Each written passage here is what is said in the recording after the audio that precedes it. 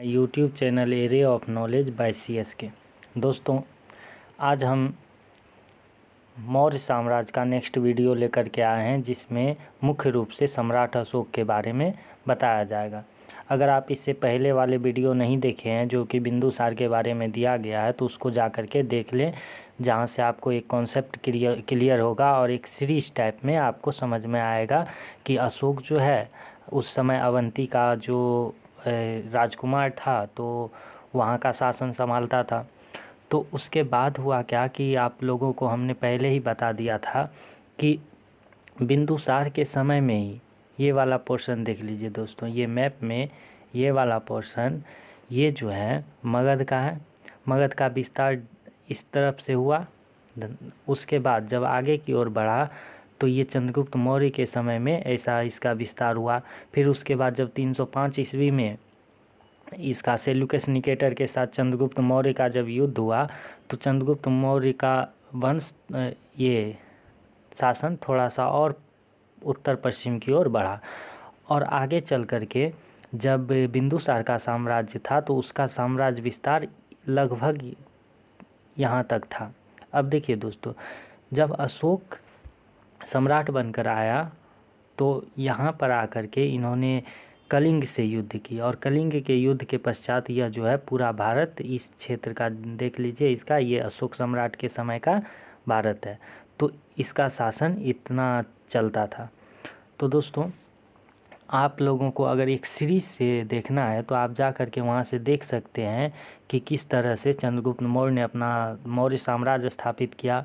उसके बाद बिंदुसार आए, और बिंदुसार के समय में चंद्रगुप्त मौर्य और सुसीम जो थे बिंदुसार के पुत्र दो, तो उन दोनों ने किस तरह से अपना साम्राज्य विस्तार किया, जिनमें से अशोक जो है, अशोक वो एक तरह से शुरू से ही बहुत ही प्रतापी था, जिसके कारण से जब श्रीनगर की स्थापना की थी इन्होंने, उसके बाद कश्मीर का जो ये विद्रोह था उनको दबाया था। तो कश्मीर के विद्रोह के दबाने के बाद ही बिंदुसार को ऐसा आभास हो चुका था कि अशोक जो है ना, वो सम्राट बनने लायक है। तो वो घोषणा करता उससे पहले ही बिंदुसार की मृत्यु हो गई। उसके बाद इन भाइयों में बिंदुसार के अन्य पुत्रों और उनका जो दो पुत्र था सुसीम और अशोक, इन सब में आपसी बहुत सारे प्रतिद्वंदी थे कि हम साम्राज्य संभालेंगे, जिसके कारण से ऐसा कहा जाता है कि पटना के कुम्हरार में जो आदम कुआं है, जिसको कदम कुआं आदम कुआं कहते हैं, तो उस कुआं में अपने 99 भाइयों को काट करके अशोक ने डाल दिया। तो अब देखिए दोस्तों, इस तरह से अशोक जो है आगे चल कर के शासन संभाला 269 BC में। यहाँ देख लीजिए 269 BC में अशोक जो है गद्दी पे बैठा।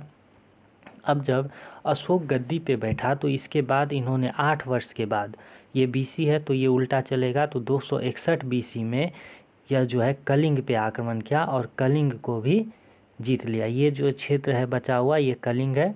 261 ईस्वी में, ये BC में इन्होंने इस पे आक्रमण किया अशोक ने, और इसको जीत करके फिर से मगध में मिला लिया। अब देखिए दोस्तों, इस तरह से अशोक का साम्राज्य अब तो बहुत बड़ा हो चला था, तो इनको 5 प्रांतों में बांट दिया गया। सबसे पहले उत्तरापथ था।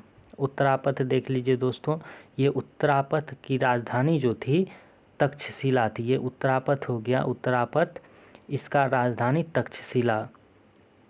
आप लोग अगर महाजनपद का वीडियो नहीं देखे हैं, तो आप हमारे YouTube चैनल में जा कर के वहाँ से देख सकते हैं।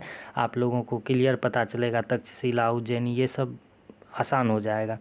अब देखिए दोस्तों, यह जो है उत्तरापथ एक तक्षशिला था। फिर अवंती राष्ट्र, जिसमें आप लोगों को पता ही होगा, जिस समय चंद्रगुप्त मौर्य राजा, ये अशोक राजा नहीं था, उस समय वो जो है अवंती का ही राज्यपाल के रूप में काम करता था, जिसकी राजधानी उज्जैनी थी। तो अवंती का जो है, अवंती राष्ट्र को अलग कर दिया गया था।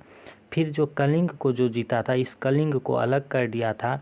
फिर दक्षिणापथ, इसके जो दक्षिण में है, ये दक्षिणापथ हो गया, जिसका स्वर्णगिरी राजधानी था। फिर प्राची जो है, ये पूर्वी, ये वाला क्षेत्र, इसको प्राची कहा जाता था, प्राची। तो ये पूर्वी प्रांत है, जो कि पाटलिपुत्र इसकी राजधानी थी। तो अब दोस्तों, आगे की ओर बढ़ते हैं और हम देखते हैं कि आजीवक के लिए 4 गुफाएं ये अशोक सम्राट जो थे ये बराबर की पहाड़ियों में, बिहार में पड़ता है बराबर की पहाड़ी, उनमें आजीवक के लिए 4 गुफाओं का निर्माण करवाया था। अगर उन गुफाओं की बात करें तो उसका एक का नाम था काश, चौपार, सुदामा तथा विश्व झोपड़ी। ये 4 जो गुफाएं थे ये बराबर की पहाड़ी में खोदी गई गुफाएं थी, जो कि अशोक सम्राट के द्वारा खुदवाया गया था। दोस्तों ऐसा कहा जाता है कि जैसे हम लोग अशोक के बारे में पढ़ते हैं तो अगर आप गौर से देखें तो अशोक तो अपना जिस समय राजकुमार था उस समय बिंदुसार का शासन चल रहा था, तो उसी समय ये साम्राज्य लगभग विस्तार कर लिया। इसका सिर्फ कलिंग के युद्ध के बाद कलिंग प्रांत को अपने मिलाया था। तो इस हिसाब से देखा जाए तो राजा के तौर पर अशोक का तो कोई महत्व नहीं है, लेकिन अशोक को हम क्यों पढ़ते हैं, क्योंकि जब कलिंग का युद्ध हुआ था तो उस समय ऐसा नरसंहार हुआ था कि औरत और बच्चे सभी को अशोक ने मार डाला था। भयंकर नरसंहार हुआ था, जिसको देख करके अशोक का हृदय परिवर्तन हो गया था। अब जब अशोक का हृदय परिवर्तन हुआ, वो बहुत बेचैन रहने लगा, तो उसी बीच उन्होंने सोचा कि बौद्ध धर्म को अपनाया जाए, जो कि उपगुप्त नामक भी बौद्ध भिक्षुक थे, उन्हीं से उन्होंने दीक्षा ली। अब जब उसका हृदय परिवर्तन हो गया, उसके बाद जो इसके द्वारा किया गया कार्य था, इसी के कारण हम अशोक को पढ़ते हैं और इसी कारण अशोक का नाम भी अशोक महान पड़ा। तो दोस्तों आगे की ओर बढ़ते हैं, हम देखते हैं। तो इसके बारे में हम पढ़े हैं कि आजीविका के लिए इन्होंने 4 गुफाएं कहाँ, बराबर की पहाड़ियों में, जो कि बिहार में पड़ता है। अब देखिए अशोक के अभिलेख की बात करते हैं, तो यह जो है अशोक की अभिलेख जो थी, ये सर्वप्रथम अभिलेख की खोज जो अशोक का जो अभिलेख था उसका सर्वप्रथम खोज पद्रेटी पेंथेलर ने की थी, जो कि 1750 ईस्वी में खोजा गया था। और इसी के बाद जो कि जेम्स प्रिंसेप थे, उन्होंने इनके अभिलेख को सर्वप्रथम 1837 ईस्वी में पढ़ा था। 1837 दोस्तों अगर याद रखना चाहें तो आप याद रखिएगा, 37 20 57, 1857 का विद्रोह सबको पता है। उससे 20 साल पहले अशोक का जो अभिलेख था उसको पढ़ा गया था जेम्स प्रिंसेप के द्वारा, और 1750 में इसकी खोज की थी पद्रेटी पेंथेलर, तो इन्होंने खोज की थी। अब देखिए दोस्तों जब शिलालेख की बात करते हैं तो अशोक के 14 शिलालेख है, स्तंभलेख 7 है, उसके बाद गुहा लेख भी है। यहाँ गुहा लेख होगा, आलेख नहीं, गुहा लेख।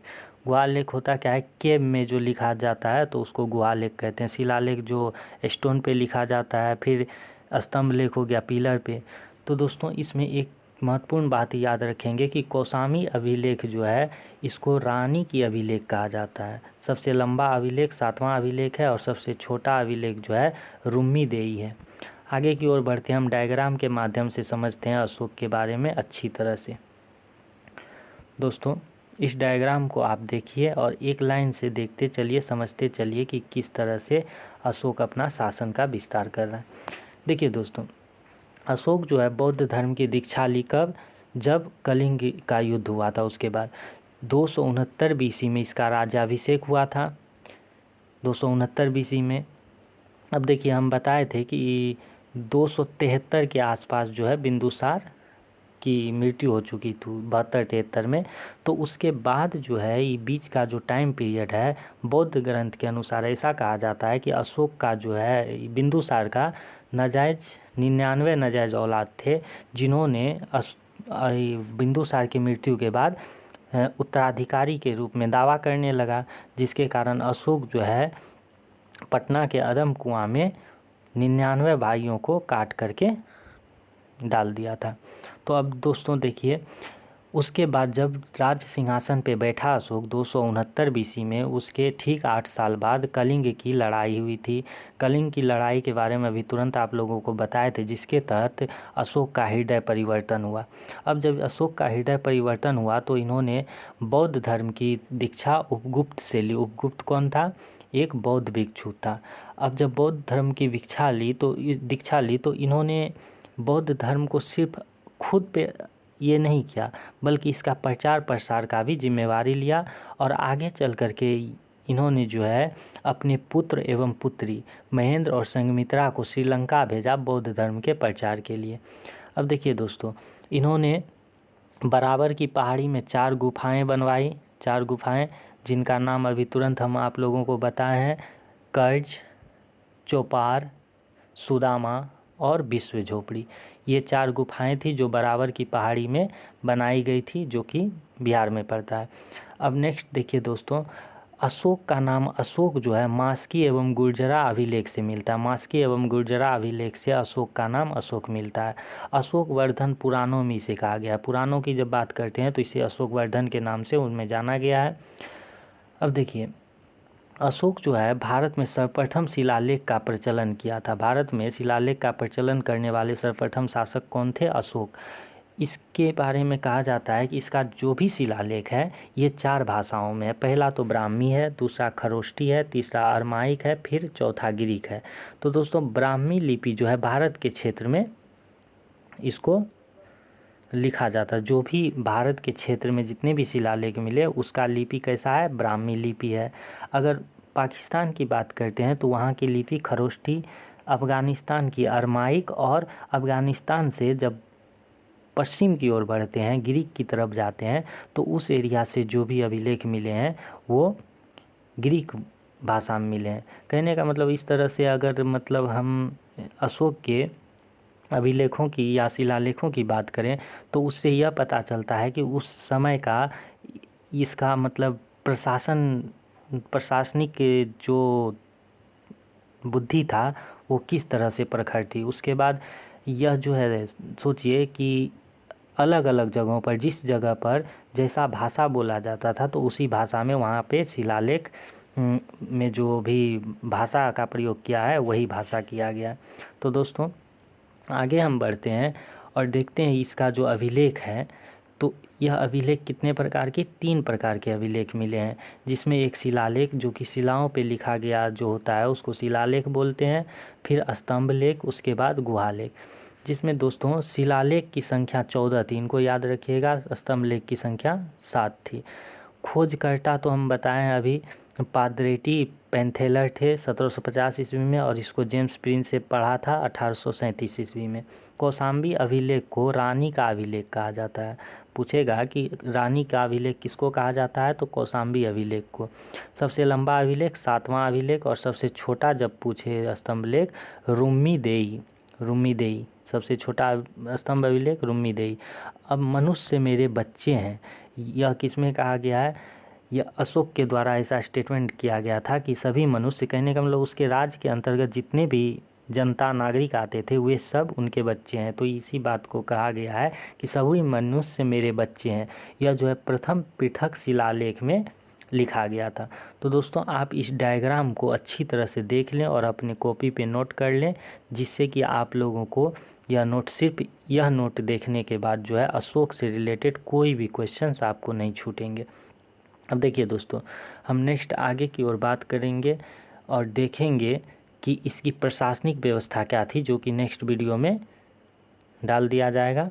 तो दोस्तों आप हमारे इस YouTube चैनल को सब्सक्राइब और बेल आइकन को दबा लें, ताकि हमारा जो लेटेस्ट वीडियो आएगा वो आप तक पहुंच सके और आप शीघ्र देख सकें। तो दोस्तों धन्यवाद।